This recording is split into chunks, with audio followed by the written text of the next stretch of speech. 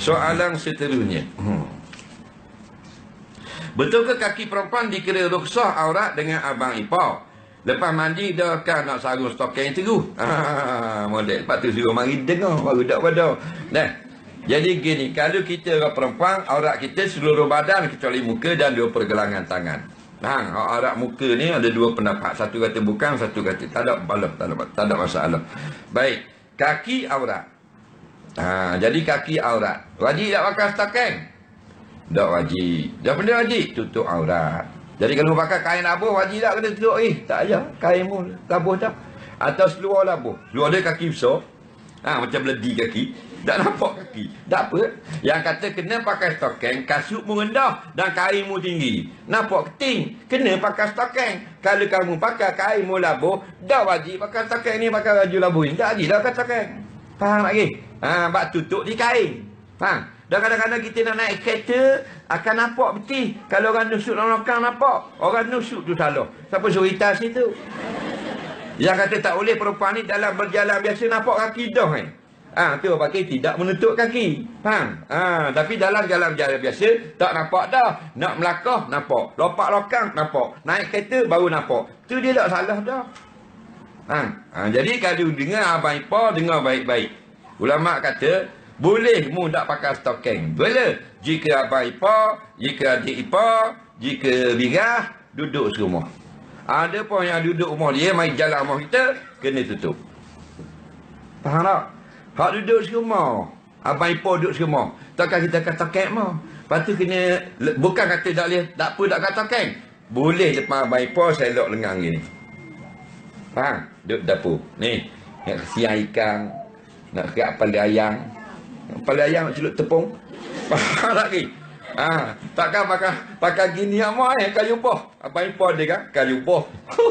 Nampak macam agak bodoh.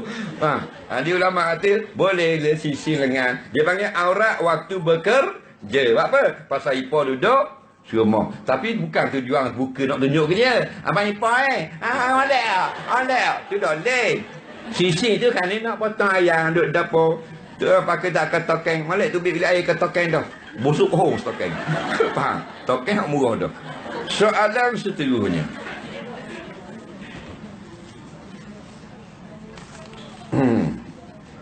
Rukhsah buka puasa bagi ibu yang menyusu mengandung dan isu ganti puasa. Boleh terangkan? Baik, kalau kita ni tak usah kata mengandung, tak mengandung boleh buka. Faham lagi? Faman kana minkum maridan aw ala safarin fa iddatun min ayamin ukhra. Jika kamu sakit, Allah tak kata kalau kamu mengandung. Kalau kamu sakit, mana sakit ni nak puasa dah orok. Faham? Dah. Jadi kalau orang mengandung dah orok nak puasa, boleh tak buka? Boleh tak? Boleh. Maka taklah kamu qada lepas raya. Mana hari yang lain. Tapi kalau kamu mengandung tak sakit, boleh tak buka? Tak boleh. Faham tak? Kena bukan bak mengandung, bak sakit. Sakit, sesak nafas, ada orok subuh. Jadi kalau tak mengandung, tak rok, boleh buka tak? Boleh buka. Mengandung, rok, boleh buka tak? Tak boleh. Kena faham situ. Okey? Dia tak nyusu anak, tapi tak rok nak puasa, sakit. Boleh buka. Dia nyusu anak, tapi gagah. Tak boleh buka. Dan syaratnya, maridon, ada datang sakit. Sakit ni bukan nak, aduh gitu. Mana sakit ni kan dia jadi sesak nafas, jadi lelah, jadi dorok, jadi nak pitang. Faham? Itu sakit boleh buka. Tuk dia tak mengandung boleh buka. Kalau dorok. Jadi, yang kedua pula, boleh buka kalau dia puasa tak ada susu. Dia pun makanlah. Ada susu. Boleh ngapek anak. Boleh buka juga. Faham lagi? Cuma perbezaan. Pandangan ulama' mengatakan kalau kita berbuka kerana kita je dorok, maka tidak ada fidyah, qada saja. Tapi kalau bimbangkan anak di dalam kandungan atau bimbangkan anak di luar yang tak ada susu dari nak ngapek dengan kita, bimbangkan orang lain, kena qada dan fidyah. Soalan seterusnya.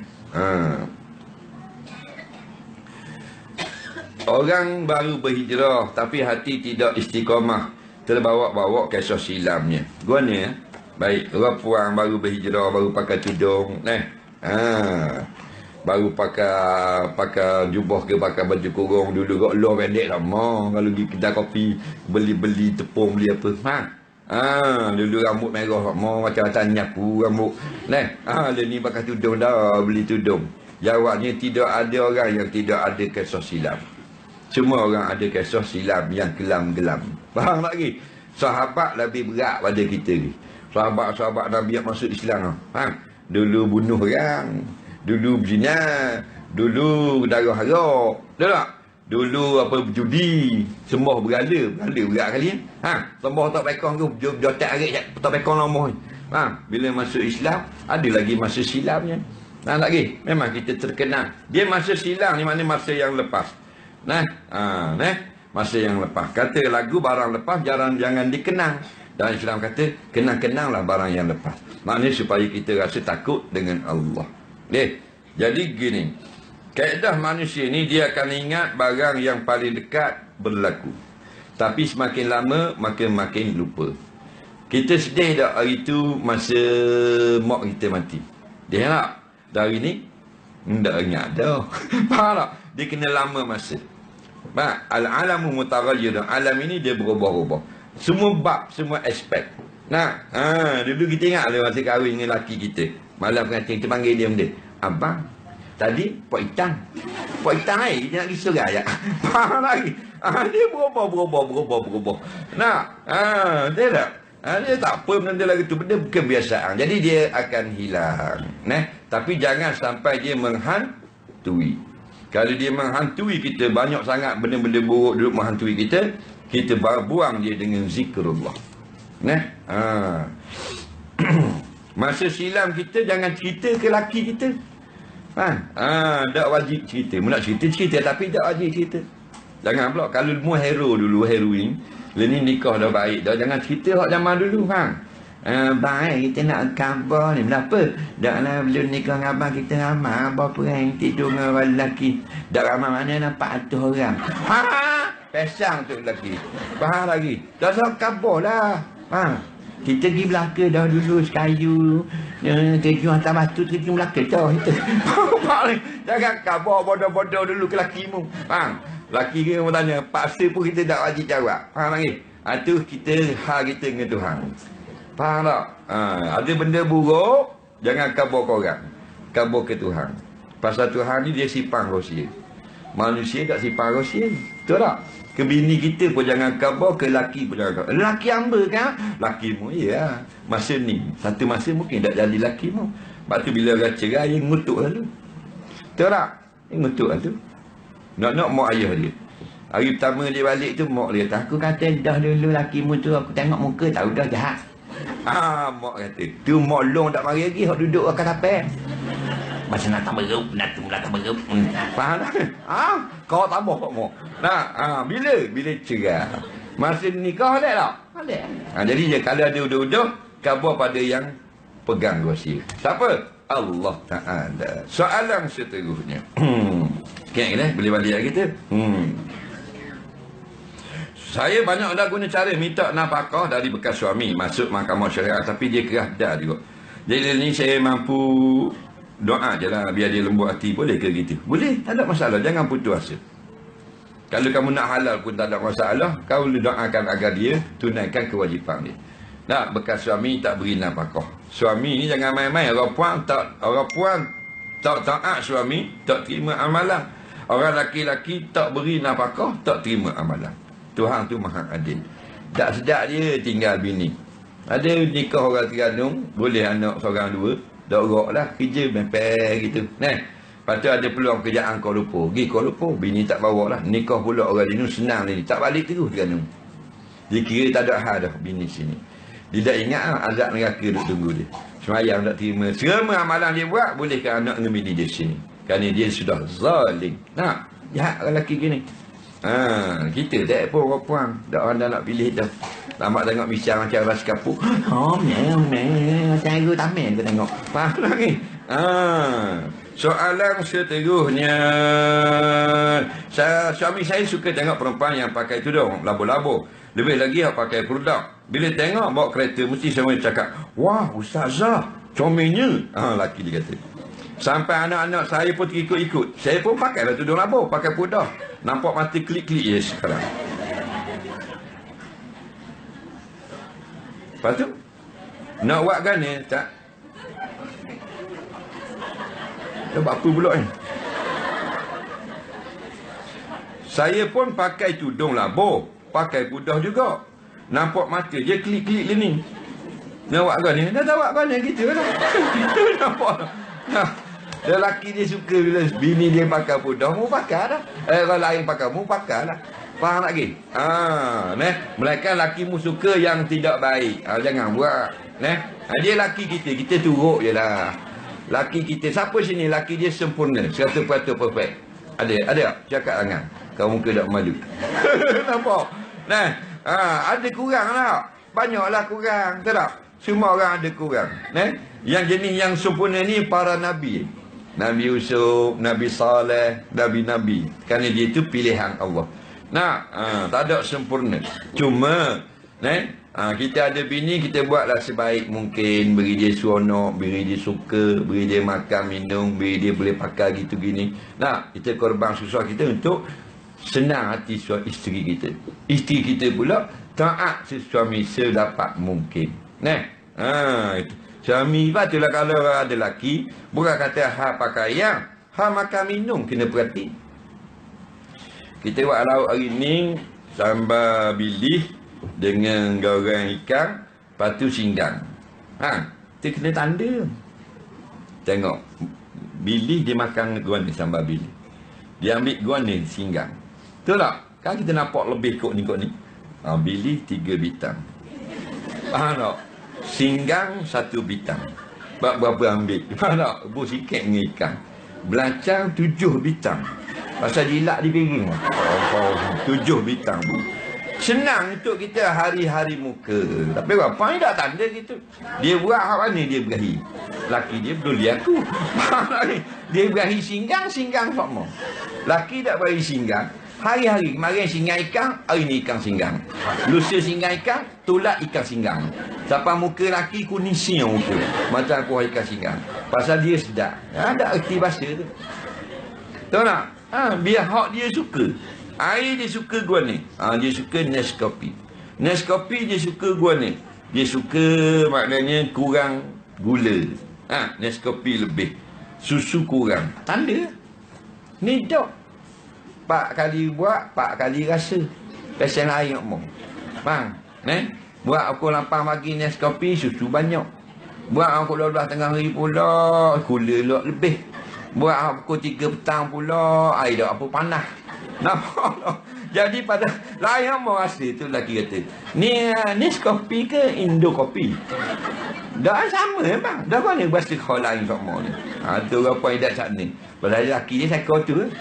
Kalau lelaki 18 kau tak tahu gua ni. Seko tu je boleh. Mu tak boleh nak buat sama tu. Nescafe bukan kena tapis-tapis teh apa semua tak. Mu cebok sikit memang tak lari dah boh. Lari juga. Kejap power, kejap manis, kejap power, kejap kelak. Kejap apa sembuh lagi. Sembuh. Minta maaf bang, tengok gula kat Ajinomoto.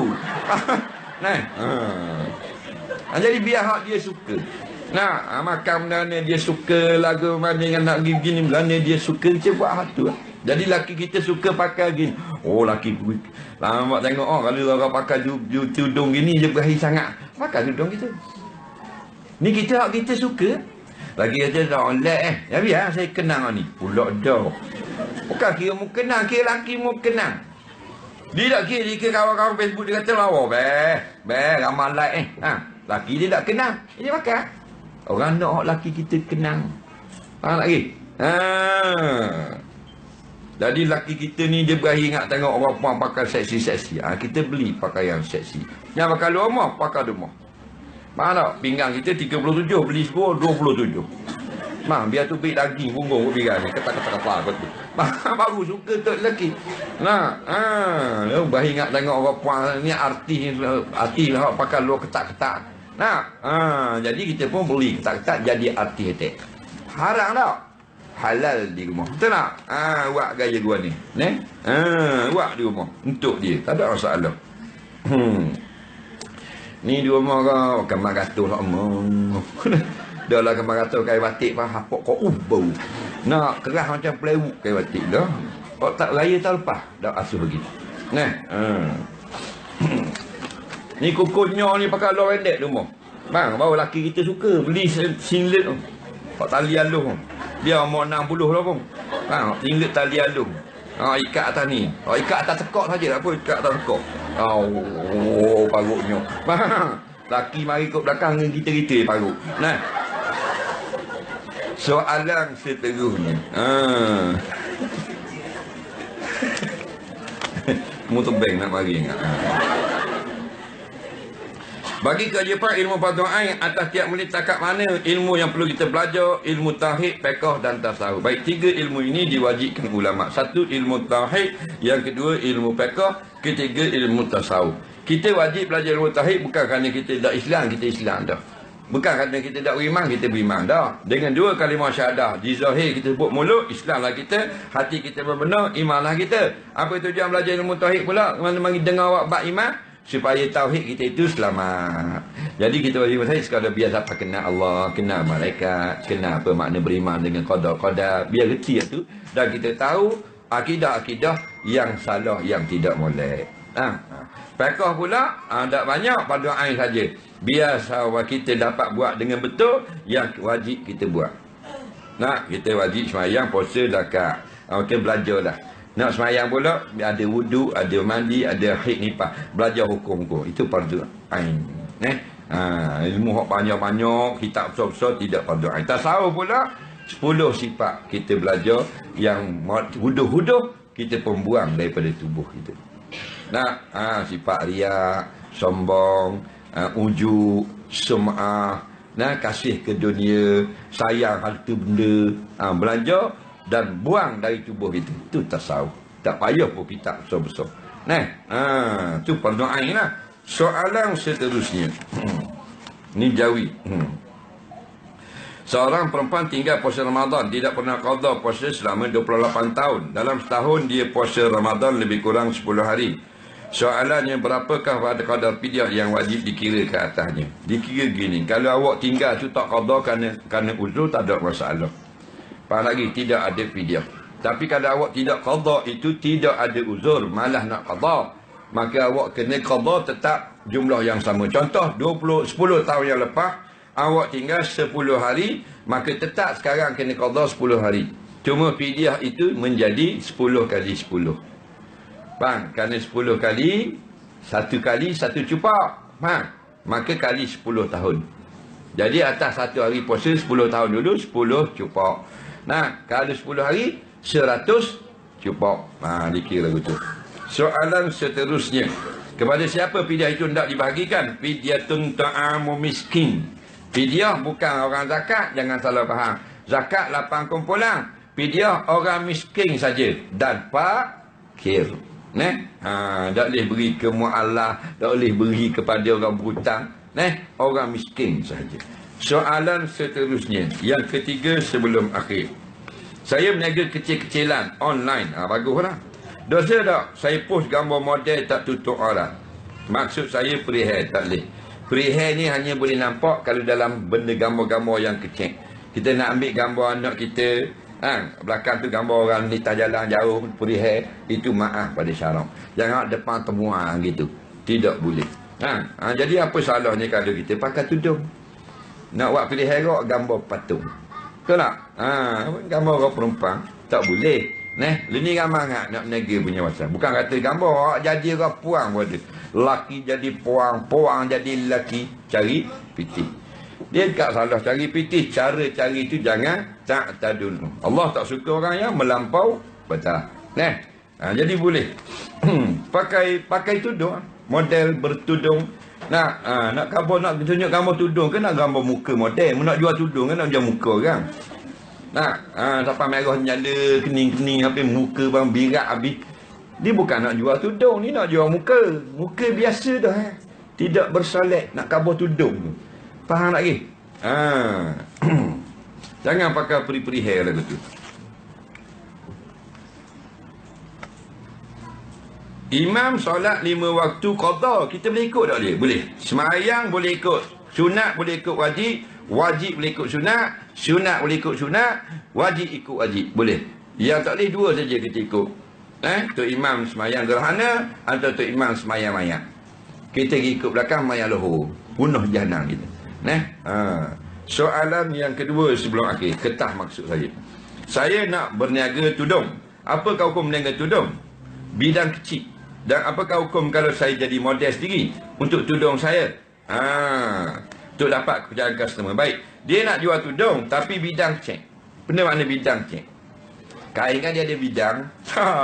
Bidang besar, bidang kecil. Jawabnya kecil besar tak ada kaitan. Allah kata yudnina alaihinna min jalabibihinna. Naklah kamu meletakkan tudung di atas kepala kamu supaya menutup leher kamu dan lubang tekuk kamu. Okey, perempuan wajib tak pakai tudung labuh? Tidak wajib. Dia wajib pakai tudung saja. Biar lepas pada tak nampak tekuk, tak nampak lubang leher. Lubang leher ni maknanya kalau orang dulu-dulu dia butai kaki atas ni ya, tengah ni nampak dada. Nak tutup waktu saja.